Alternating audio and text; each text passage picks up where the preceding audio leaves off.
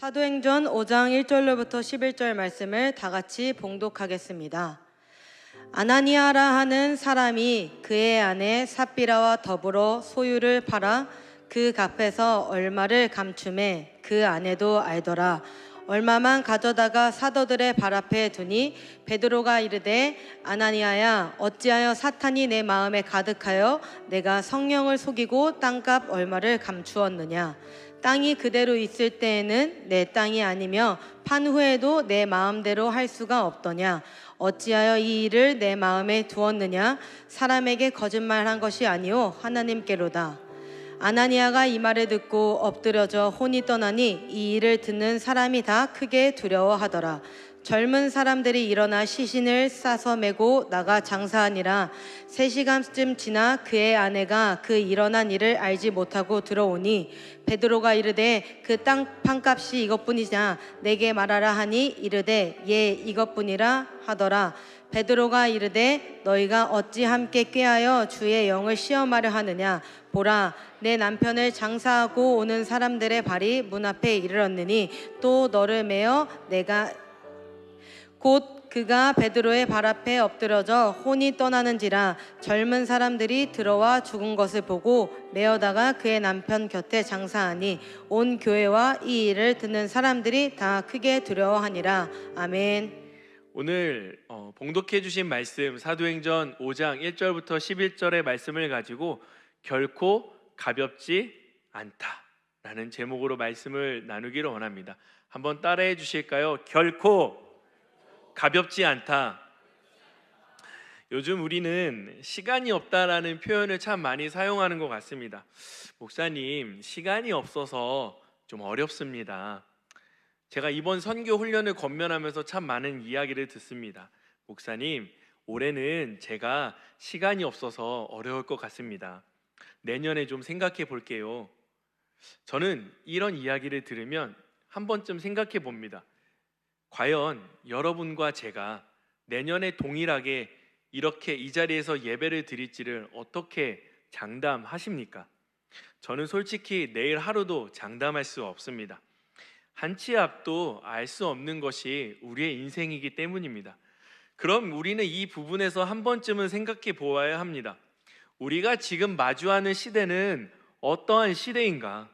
오히려 시간이 없는 시대인가? 아니요, 그 반대일지도 모릅니다. 시간이 없는 것이 아니라 우리에게 주어진 시간을 너무 가볍게 흘려버리고 있는 시대를 살고 있는 것은 아닌지 생각해 보게 되는 것이죠. 벌써 2년이나 지났던 통계인데요, 2024년 정부에서 발표한 자료를 보면 20대 나이 되는 사람이 일주일에 30시간 이상을 인터넷을 가까이 사용한다고 합니다. 이 자료가 벌써 2년 전 자료니까 벌써 2년이 흘렀죠. 아마 더 많은 시간을 우리가 붙잡고 사는 것 같습니다. 그리고 우리는 몇 시간씩 스마트폰을 붙들며 하루를 살아갑니다. 문제는 그 시간이 특별히 나쁜 일을 해서 사라지는 것이 아니라는 거예요.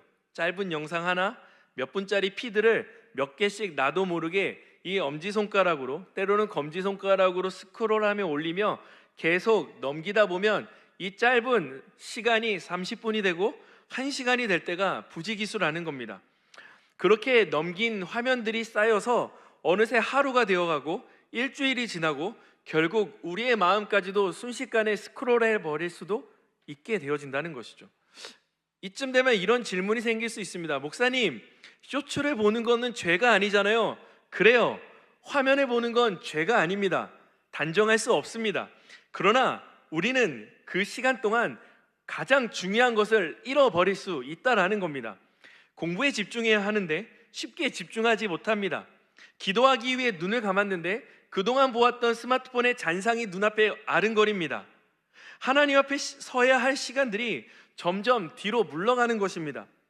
솔직히 말해, 우리 말씀 보고 기도합니까? 얼마나 기도하십니까? 체감적 시간 말고요, 눈 감고 뜨는 그런 체감적 시간 말고 물리적 시간으로 따져봤을 때 나는 과연 하나님의 말씀을 몇 분이나 읽고 기도를 몇 분이나 하십니까? 어쩌면요, 오늘 우리 시대는 큰 문제가 나쁜 일을 골라서 하는 것이 문제가 아니라 어찌 보면 우리는 가볍게 살아가는 것이 문제가 아닐까 생각해 봅니다. 오늘 저는 여러분과 함께 가벼움에 대해서 한번 이야기해 보려고 합니다.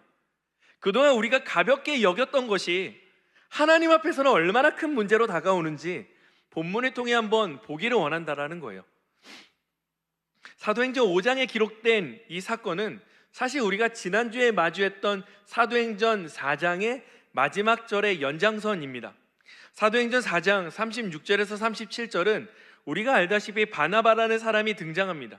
지난주에 설명해 드렸듯이 바나바는 자신의 밭을 다 팔아서 그 값을 사도들의 발 앞에 내려놓는 사람이죠. 성경은 그 위대한 그의 결단을 짧은 두 구절로 설명을 마칩니다. 그러나 그 짧은 기록 안에 초대교회의 본질이 담겨져 있었 것이죠. 어찌 보면 소유, 자기 것이라고 여기지 않고 이것을 내 것이라 여기지 않고 기꺼이 내어놓는 삶, 하나님과 공동체를 위해 실제로 헌신하는 삶을 이야기하는 것 같습니다. 이것이 성령 충만한 교회의 모습이라고도 말씀드렸죠. 근데 오늘 본문은 그때의 기록과 대조적인 모습이 기록되어집니다. 겉으로는 바나바와 똑같이 행동하는 부부가 나오죠. 똑같이 밭을 팔고 똑같이 사도들의 발 앞에 가지고 나옵니다. 그러나 하나님은 그 둘을 전혀 다르게 바라보셨다라는 겁니다. 사도행전 5장 1절에서 2절 말씀을 우리 함께 봉독해 볼까요? 시작. 아나니아라 하는 사람이 그의 아내 삽비라와 더불어 소유를 팔아 그 값에서 얼마를 감추매 그 아내도 알더라. 얼마만 가져다가 사도들의 발 앞에 두니.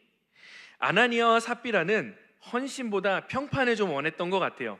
그들이 드린 것이 문제가 되진 않았습니다.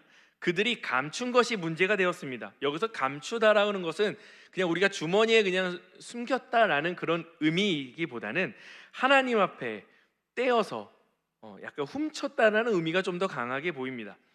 그들은 자신의 소유를 팔아서 사도들에게 드렸지만 일부를 다 드리지는 않았습니다.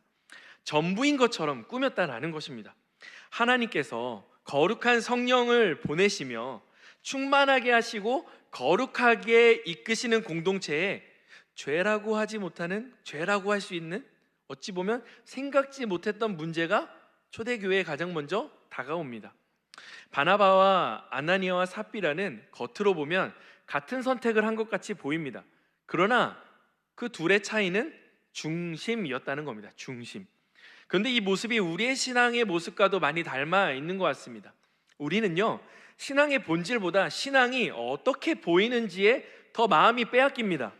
공동체 안에서 다른 사람이 나를 어떻게 보는지가 더 깊이 생각하는 것 같습니다. 하나님이 나를 어떻게 보는가 보다 사실 사람 앞에서 내가 괜찮아 보이는지가 더 중요하게 여겨질 때가 있다는 것입니다. 분명 하나님을 만나기 위해 교회를 나왔는데 내 머릿속에는 하나님을 예배하는 생각보다 다른 것들로 머릿속이 채워져 있다는 겁니다. 하나님 앞에 헌신하고자 봉사를 했는데 왜 매 주일마다 힘들게만 다가올까요? 그때마다 생각합니다. 내 헌신은 진짜인가? 아니면 보여주기식인가? 이 모습이 왜 위험한 것일까요? 겉으로는 헌신이 있기 때문에 내가 괜찮다고 착각하게 될 수도 있다는 겁니다. 예배도 드리고 봉사도 하고 교회도 빠지지 않고 나와 예배를 드리면 이 정도면 괜찮은 신앙인이지 라고 생각합니다. 저도 그랬어요. 그런데 이런 신앙생활의 약점이 무엇인지 아십니까? 집이나 일상으로 돌아가면 교회에서 예배드렸던 모습과는 정반대로 아무런 상관없는 신앙의 생활을 이어간다는 겁니다. 신앙을 유지할 체력이 하나도 없다는 거예요.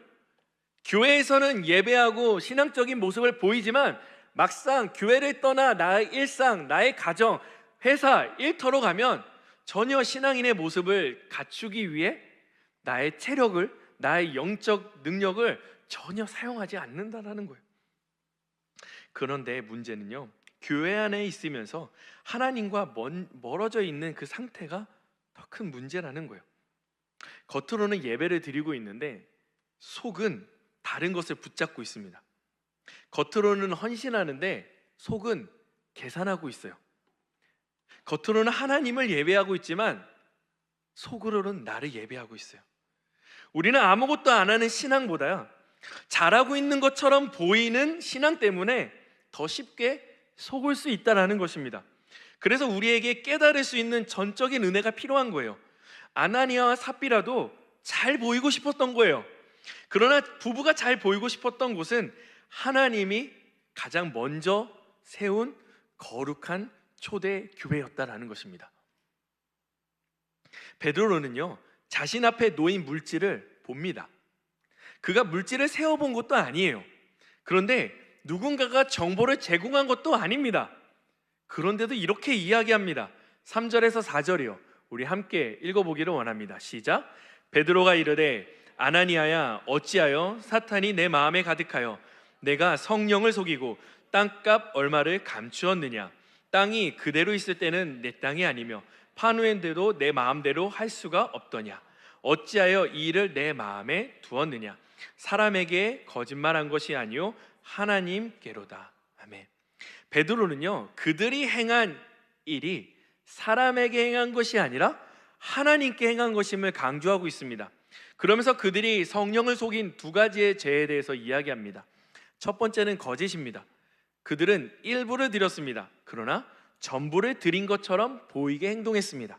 이런 일을 통해 그들이 노린 효과는 이런 것이었습니다.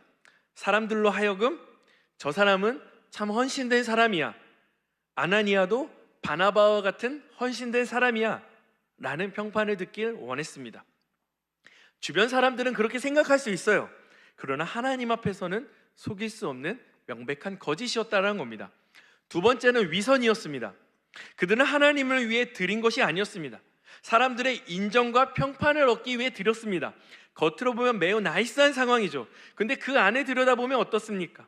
자기만족, 인정, 영광을 향한 욕구가 가득 차 있습니다. 결국 그 안에는 거짓과 위선이라는 두 개의 죄가 동시에 존재하고 있었습니다. 많은 사람들이 이 본문을 읽으면 이렇게 오해합니다. 전 재산을 다 바치지 않아서 이렇게 된 거 아닌가? 그렇다면 하나님 앞에 물질을 드릴 때 내 전 재산을 매일 주일마다 내가 드리면 나는 과연 어떻게 살라는 말인가? 라고 오해할 수 있습니다. 하지만 본문은 그렇게 이야기하는 것이 아닙니다. 베드로는 분명히 말합니다. 팔기 전에도 그건 너 땅이었어. 판후에도 네 마음대로 할 수 있었어 라고 말이죠.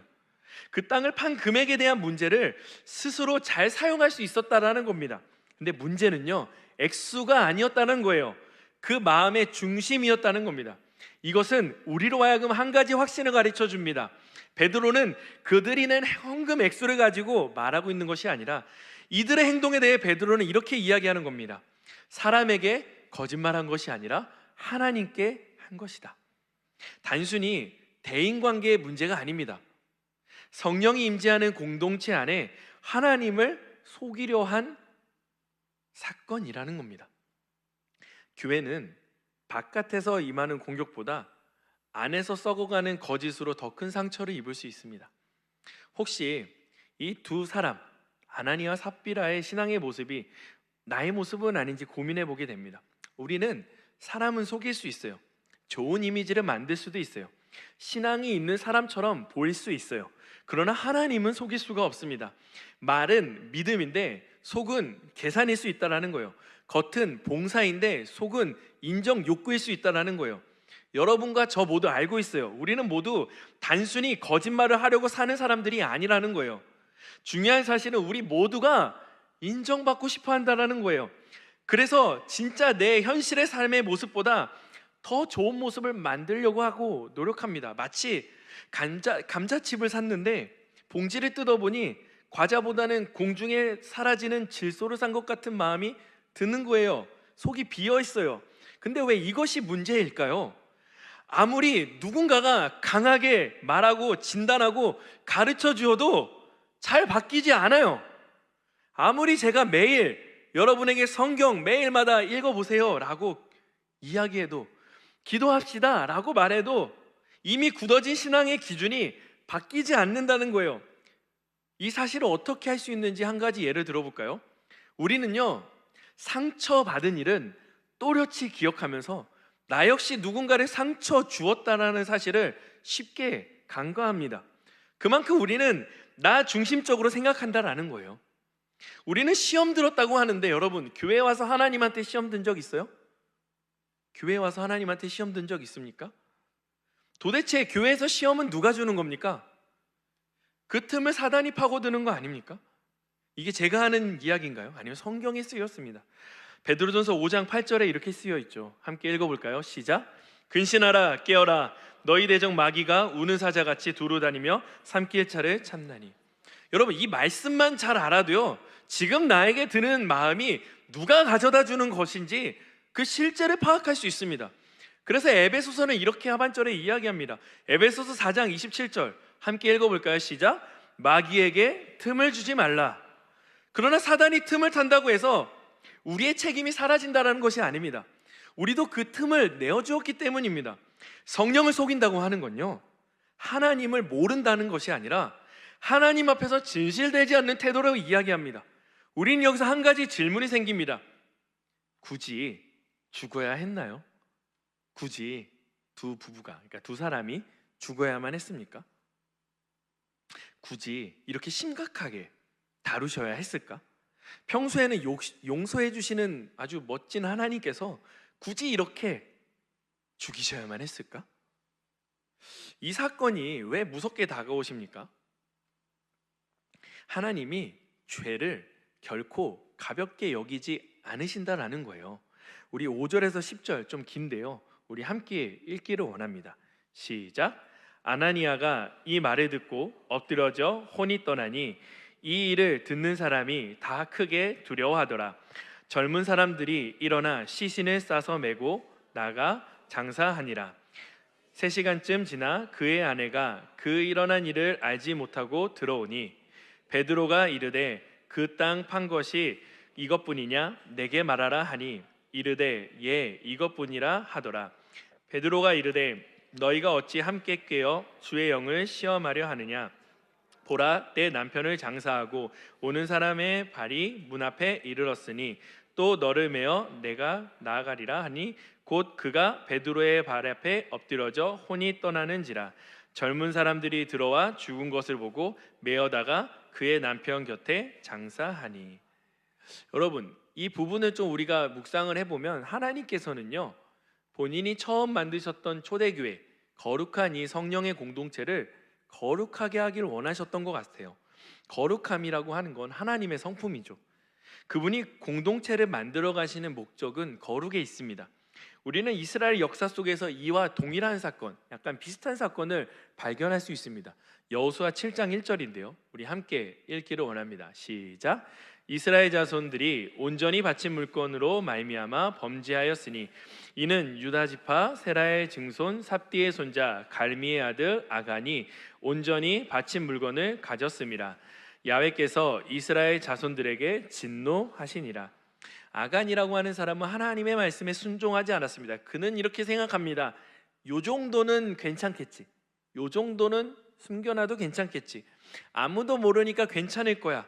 그러나 그 한 사람의 감춤으로 인해 이스라엘은 무너지는 위험한 상황에 빠지게 됩니다. 여호수아 7장 25절에서 26절은 이렇게 기록합니다. 여호수아가 이르되 네가 어찌하여 우리를 괴롭게 하였느냐? 야훼께서 오늘 너를 괴롭게 하시리라 하니 온 이스라엘이 그를 돌로 치고 물건들로 돌로 치고 불사르고 그 위에 돌무더기를 크게 쌓았더니 오늘까지 있더라. 야훼께서 그의 맹렬한 진노를 그치시니 그러므로 그곳 이름을 오늘까지 아골골짜기라 부르더라. 여호수아 시대 이 거룩했던 이스라엘 공동체를 위협했던 것은 외부의 적들이 아니었습니다. 내부로부터 감추고 속였다라는 겁니다. 아간은 감추었고 초대교회에서 아나니아와 삽비라가 감췄습니다. 그들이 감추고 나타난 죄가 공동체 전체를 무너뜨릴 수 있다라는 겁니다. 하나님 앞에서 감춘 죄는 결코 가볍지 않다라는 겁니다. 감춰진 죄는 개인에서 끝나지 않고 공동체를 병들게 합니다. 성령 충만과 죄는 결코 함께 갈 수 없습니다. 하나님은 교회를 거룩하게 지키십니다. 교회는 보여주기 위한 무대가 아닙니다. 이 본문은 하나님이 무섭다라는 이야기가 아닙니다. 오히려 하나님을 교회를 포기하지 않으시고 그 안에 죄가 뿌리 내리는 것을 그대로 두지 않으신다는 뜻을 이야기하고 계신다는 겁니다. 하나님은 죄를 결코 가볍게 여기지 않으십니다. 우리는 죄라는 단어를 들으면 멈칫합니다. 내가 사람을 죽였습니까? 내가 누군가에게 사기를 쳤습니까? 아니면 내가 교회 물건이라도 훔쳤습니까? 이렇게 무엇인가 중대 범죄에 있어서 죄를 생각합니다. 그러나 성경의 죄에 대해서는 이렇게 이야기합니다. 야고보서 4장 17절입니다. 우리 한 목소리 읽어볼까요? 시작. 그러므로 사람이 선을 행할 줄 알고도 행하지 아니하면 죄니라. 이뿐만이 아니죠. 로마서 14장 23절 하반절에는 이렇게 기록합니다. 함께 읽어볼까요? 시작. 믿음을 따라 하지 아니하는 것은 다 죄니라. 심지어 행동보다 믿음이 없는 상태 또한 죄라고 말씀합니다. 여러분, 점점점 좌절감이 찾아오십니까? 이런 좌절감이 몰려올 때 성경은 우리를 더 깊이 몰아갑니다. 로마서 3장 23절입니다. 우리 함께 읽어볼까요? 시작. 모든 사람이 죄를 범하였음에 3장 23절. 네, 제가 읽어드릴게요. 모든 사람이 죄를 범하였음에 하나님의 영광이 이르지 못하였더니. 이 정도면 우리가 스스로 작은 죄 하나, 굉장히 작은 죄라고 생각했던 것도 해결할 수 없는 사람임을 인정하지 않을 수가 없습니다. 죄를 가볍게 보지 않으시는 하나님이 우리의 작은 죄도 가볍게 보지 않으실 수 없을 겁니다. 여러분, 우리 편에서 보면 정말 진짜 절망입니다. 소망이 없어요. 그 사실을 하나님도 아셨습니다. 왜냐하면 이 일로 인해서 초대교회는 이러한 반응을 나타냈습니다. 사도행전 5장 11절 마지막 절인데요. 우리 함께 읽어볼까요? 예, 제가 읽겠습니다. 시작. 저 혼자 읽으면 되죠? 네. 온 교회와 이 일을 듣는 사람들이 다 크게 두려워하니라. 자, 말씀을 보면요, 하나님의 죄에 대한 결론이 두려움이었습니다. 매우 두려워했다라는 겁니다. 하나님은 여기서 멈추지 않고 우리에게 절망을 주시기 위해 행하신 분이 아니셨어요. 그분은 죄의 대가를 철저하게 치르십니다. 그렇다면 이 두려움 앞에 우리는 어디로 행해야 할까? 이 두려움이 우리에게 찾아왔을 때 우리는 어디로 향해야 할까? 죄를 가볍게 여기지 않으신 하나님 앞에 우리가 살 길은 과연 있는 것일까? 그 답을 하나님은 우리에게 정확히 알려주셨습니다. 바로 그 답은 우리 양옆에 걸려있는 십자가라는 겁니다. 우리 마태복음 27장 46절에 이렇게 기록합니다. 제9시쯤에 예수께서 크게 소리질러 이르시되 엘리 엘리 라바 사박다니 하시니 이는 곧 나의 하나님 어찌하여 나를 버리셨나이까 하는 뜻이라. 예수님은요, 십자가에서 하나님으로부터 버림받으셨습니다. 왜 그랬을까요? 예수님께서 십자가에 못 박히셨던 그 당시 인류의 모든 죄, 나의 죄, 지금의 죄, 앞으로 지을 모든 죄까지 다 그 순간 받아내실 때 하나님은 더 이상 예수님을 가까이 볼 수가 없을 만큼 그 죄가 너무 더러웠던 거예요. 결코 가볍지 않은 우리의 죄 때문이라는 거예요. 여러분, 이번 주가 예수님께서 고난당하신 고난주간입니다. 우리는 해마다 고난주간과 부활주일을 맞이해 왔습니다. 그러다 보니 죄라는 것을 알면서도 핑계대기 바빴어요. 아니면 외면해 버릴 때가 더 많이 있었습니다. 그러나 하나님은 결코 죄를 가볍게 여기신 적이 단 한 번도 없으셨습니다. 예전에도 말씀드렸지만 죄라고 하는 것은요, 반드시 흔적이 남습니다. 우리 죄라고 하는 것의 최종 흔적은 과연 무엇이었을까요? 최종 흔적, 우리에게 있는 죄의 흔적, 바로 여러분 앞에 보이는 십자가라는 겁니다. 여러분, 그 십자가를 바라보며 무엇을 생각하십니까? 나의 죄가 결코 가볍지 않다라는 것을 바라봐야 한다는 겁니다. 하나님은 죄를 가볍게 여기시지 않기 때문에 그냥 죄를 넘어가지 않으시고 반드시 값을 치르게 하신다는 겁니다. 그리고 그 값을 예수님이 대신 지게 하셨다는 겁니다. 하나님은 자기 아들을 매우 사랑하셨어요.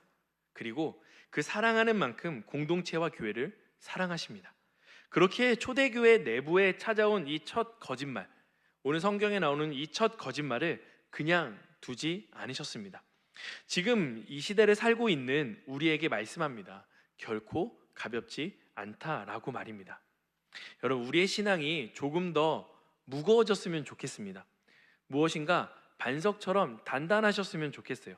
그러기 위해서는 내가 마주하는 매일의 하루를 성실하게 믿음으로 살아야 합니다. 권면 한번 드리기 원합니다. 매일 아침에 일어나면 가장 먼저 말씀을 펴서 읽어보세요. 그리고 잠깐이라도 좋으니까 기도해보세요. 그리고 하루의 시작을 성령님과 동행하시며 있는 그대로 맡겨보세요. 그렇게 하루하루가 쌓이면 어찌 보면 여러분과 저는 사람의 시선에 관심을 두지 않고 오직 하나님의 판단에 삶을 맡기는 조금 더 단단한, 무거운 그리스도인이 또 하나의 교회가 되어 있으실 겁니다. 여러분, 가벼운 신앙으로는 결코 십자가를 이해할 수 없습니다. 그러니 우리가 십자가 앞에서 우리의 신앙도 더 이상 가벼워져서는 안 됩니다.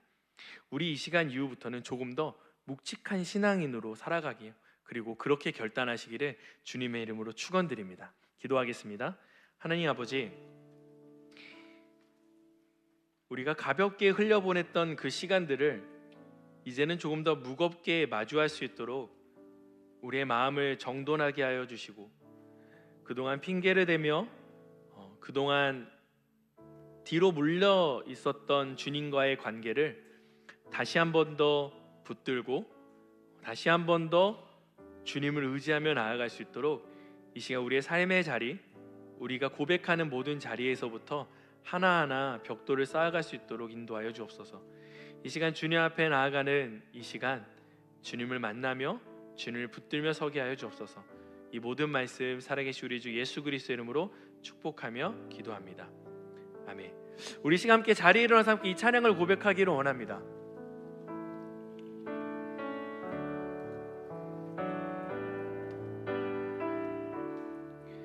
찬양의 열기 모두 끝나며 주 앞에 나와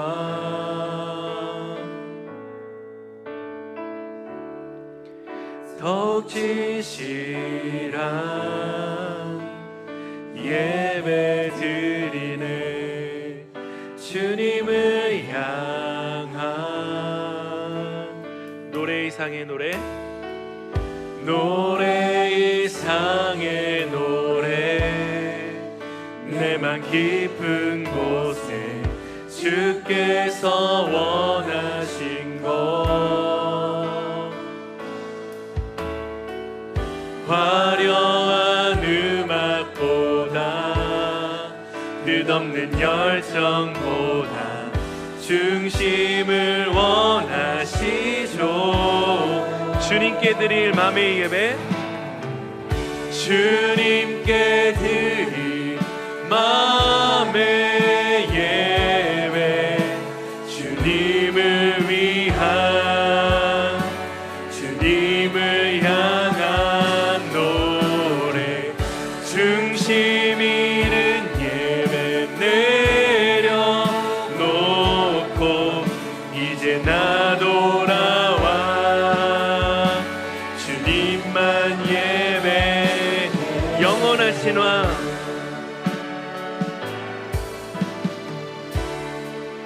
영원하신 왕, 표현치 못한 주님의 존귀, 가난할 때도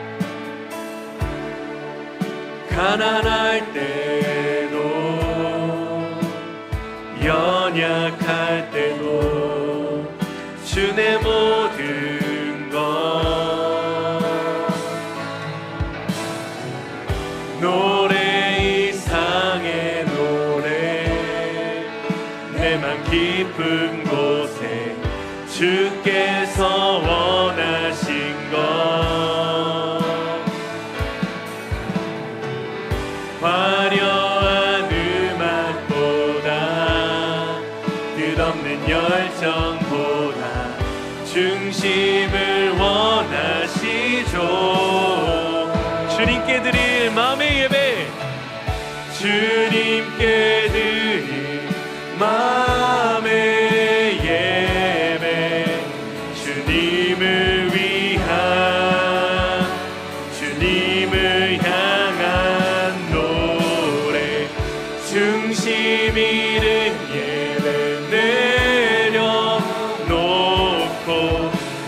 이제 나 돌아와 주님만 주님께 드릴 맘의 예배 주님께 드릴 맘의 예배 주님을 위한 주님을 향한 노래 중심 잃은 예배 내려놓고 이제 나 돌아와 주님만 예배해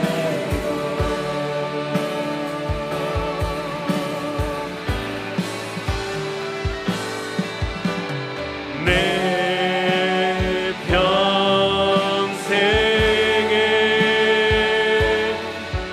그 이름을 그의 선하심을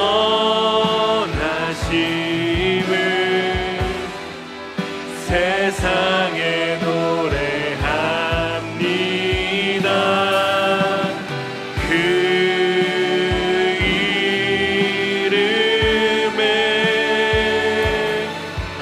그 신능력 영원한 생명이 내 삶에 우리 한 번 더 고백하기 원합니다. 내 평생의 그 이름을 내 평생에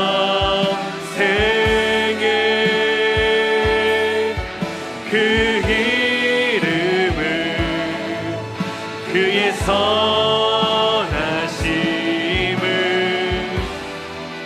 세상에 노래합니다.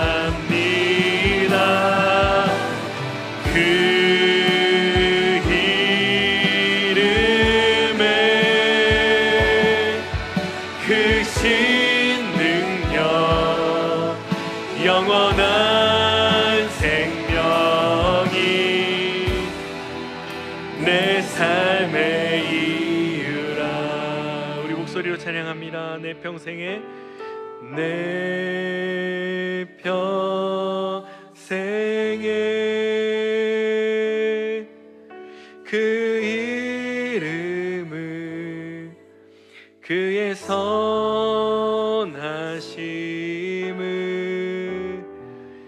세상에 노래합니다. 그 이름에 그 신능력 영원한 생명이 내 삶의 이유라. 우리 시간 함께 기도하기를 원합니다. 하나님, 그동안 가볍게 흘러갔던 나의 시간들을 이제는 조금 더 묵직하게 무겁게 여기며 바라보게 하여 주시옵소서. 그렇게 가볍게 버렸던 나의 시간이 아니라 더 주님께 집중하며 단 말씀 한 구절이라도 주님을 생각할 수 있는 그러한 삶을 살아낼 수 있도록, 조금 더 무거운 신앙인으로 나아갈 수 있도록 나를 온전히 이끌어 주시옵소서. 이 시간 주님의 이름 세 번 외치시며 함께 통성으로 결단하며 기도하겠습니다. 주여, 주여, 주여.